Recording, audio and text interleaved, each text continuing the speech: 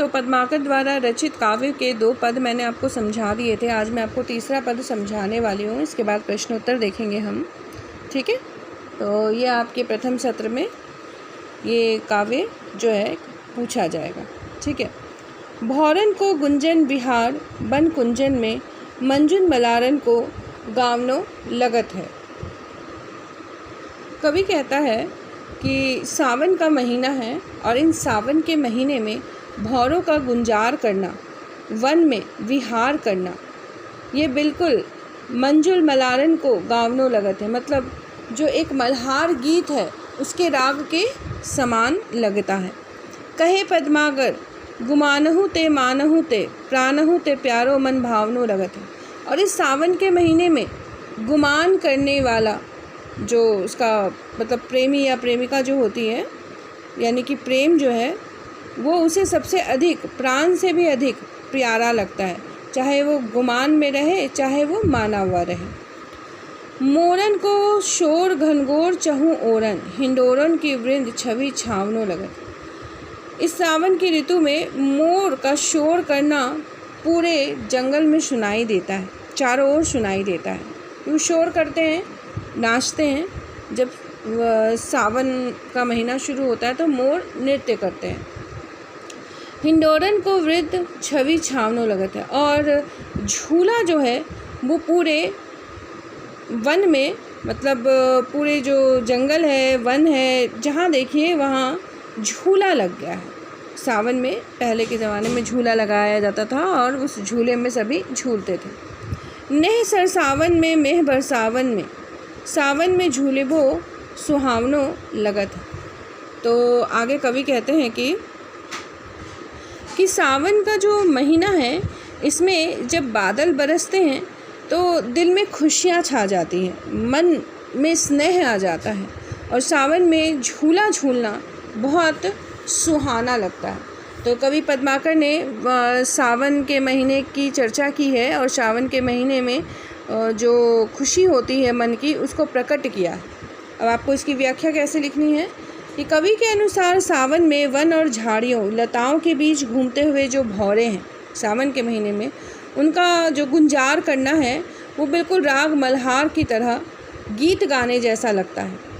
कवि पद्माकर यह भी कहते हैं कि वर्षा के प्रेम पूर्ण वातावरण में मुझे आत्म अभिमान, मान सम्मान अपने प्राणों से भी अधिक प्रिय अपना प्रियतम लगता है। मतलब गुस्साना, मनाना, इन सभी से ज़्यादा अपना प्रियतम जो है, प्रेमी जो है वो प्यारा लगता है। दूसरे अर्थ में समझिए कि सावन में प्रेयसी का घमंड से रूठ जाना भी प्राणों से प्यारा लगता है, मन को अच्छा लगने लगता है, क्योंकि सावन का महीना चल रहा है।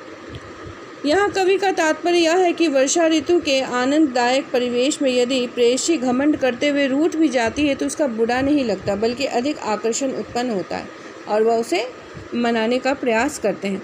और चारों ओर भौरों की केका की आवाज़ सुनाई दे रही है। चारों ओर भौरे जो हैं और मोर जो है उनके मोरों की, सॉरी यहाँ भौरों बोल दिया मैंने, ये मोरों है। मोरों की केका, मोरों की जो एक शोर होती है ना नाचते वक्त, वो केका की ध्वनि जो है वो सुनाई पड़ रही है। पेड़ों की डालियों पे, जितने भी जंगल में पेड़ पौधे होते हैं उसमें पेड़ों की डालियों पे झूले बन जाते हैं, झूले लग जाते हैं, वो देखते बनते हैं। बादलों को बरसते हुए देख मन जो है वो स्नेह से भर जाता है, मन में स्नेह उत्पन्न हो जाता है और सावन में झूला झूलना बड़ा ही मन भावन लगता है। तो सावन का महीना आते ही कवि ने जो है भौरों के लिए कहा है कि भौरों का गुंजार करना गीत की तरह लगता है, मोरों की केका की आवाज़ हर जगह सुनाई देती है, प्रेमिका का रूठना बहुत अच्छा लगता है, झूला झूलना बहुत अच्छा लगता है, मेघ का बरसना मन में स्नेह को पैदा करता है। ठीक है, तो ये हो गई आपकी व्याख्या और अर्थ दोनों ही मैंने आपको लगभग समझा दिया। इसकी विशेष बातें देखिए, विहार, वन, मंजुल, मलारन, इनमें अनुप्रास अलंकार है और ध्वन्यात्मक का गुण भी इसमें दर्शनीय है, मतलब ये सुनने में काफ़ी अच्छा काव्य है। प्रश्न उत्तर देखेंगे। पहले छंद में कवि ने किस ऋतु का वर्णन किया है? तो पहले कवित्व में इस काव्य में यहाँ पे 3 काव्य दिए हैं, पद्माकर द्वारा रचित 3 काव्य, यानी कि 3 पद दिए गए हैं। तो इसमें से जो सबसे पहला पद है आपको याद होगा, औरे भांति कुंजन में गुजरत भीड़ भौर, औरे डौर झौरन पे बौरन के हुआ गए। तो बसंत ऋतु के बारे में बताते हैं कि बसंत ऋतु के आने से भौरों के गुंजार करने की जो एक ध्वनि है वो बिल्कुल और ही प्रकार की, यानी अलग प्रकार की हो गई है। तो पहले कवित्व में कवि ने किस ऋतु का वर्णन किया है? वसंत ऋतु का बहुत प्रभावशाली वर्णन किया। उन्होंने बताया है कि बसंत ऋतु के आगमन से, मतलब जब वसंत ऋतु आ जाती है तो प्रकृति बहुत सुंदर हो जाती है।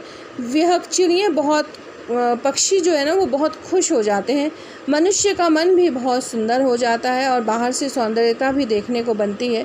और भौरे तो विशेष प्रकार की ध्वनि निकाल कर गुंजार कर रहे होते हैं। तो कवि ने बसंत ऋतु के आगमन पर प्रकृति, विहग, मनुष्य सभी में सौंदर्य संबंधी विशेष परिवर्तन आ जाने का वर्णन किया है। ठीक है, इस ऋतु में प्रकृति में क्या परिवर्तन होते हैं? तो वसंत ऋतु जब आ जाती है तो प्रकृति में क्या परिवर्तन देखने को मिलता है? तो वसंत ऋतु के आते ही जितनी भी लताएं हैं या झाड़ियां हैं वहाँ पे बहुत से फूल वगैरह खिल जाते हैं। तो उसमें घूमते विचरते जो भौरे हैं उनकी जो गुंजार है, फूलों के रस को देख करके उन्हें रस पीने मिलेगा। उस रस को और उन फूलों को देख करके भौरे जो हैं वो खुशी से बहुत अधिक गुंजार करने लगते हैं। और वो गुंजार करने की जो ध्वनि होती है ना वो बिल्कुल अलग प्रकार की होती है। कब? वसंत ऋतु में कुछ और ही प्रकार की हो जाती है। पक्षियों का समूह एक अलग तरह की ध्वनि उत्पन्न कर रहा है, यानी उनका कलरव और भी आकर्षण पैदा कर रहा होता है। तो पक्षियों के समूह को भी पता चल जाता है कि वसंत ऋतु का आगमन हो गया। आम की छोटी छोटी मंजरियाँ भी आ जाती हैं। तो उनका कलरव, यानी कि उनके मुख से जो आवाज़ निकलती है, उनका कलरव करना वो बिल्कुल मधुर और आकर्षक हो जाता है, मतलब मन को छूने वाला हो जाता है। बहुत आकर्षक लगता है कि आपको बार बार सुनने की इच्छा हो, बार बार उन पक्षियों को देखने की इच्छा हो। इस प्रकार संपूर्ण प्रकृति में बदलाव हो जाता है। तो मनुष्य का मन भी प्रफुल्लित हो जाता है जब वो इस तरह से भौरों को गुंजार करते देखता है, पक्षियों को अलग अलग ध्वनि निकालते देखता है, खुश होते देखता है।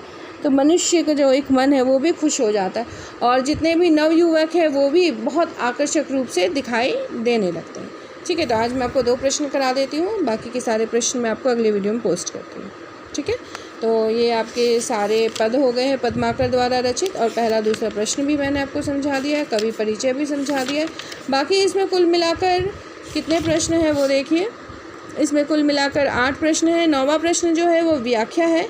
तो ये व्याख्या आपको मैंने जो समझाई है उसी से पढ़ लीजिएगा आप, और लिख भी लीजिएगा, क्योंकि व्याख्या के चित्र भी मैं आपको भेज देती हूँ। तो व्याख्या जो है वो मैं आपको मतलब चित्र में तो भेजूँगी ही, आप उसे पढ़ लीजिएगा। और जो मैं वीडियोस बनाकर भेजी हूँ काव्य की व्याख्या का, आप उसमें ये व्याख्या आराम से पढ़ सकते हैं, सुन सकते हैं, उसके बाद आप इसे लिख भी सकते हैं। ठीक है, धन्यवाद।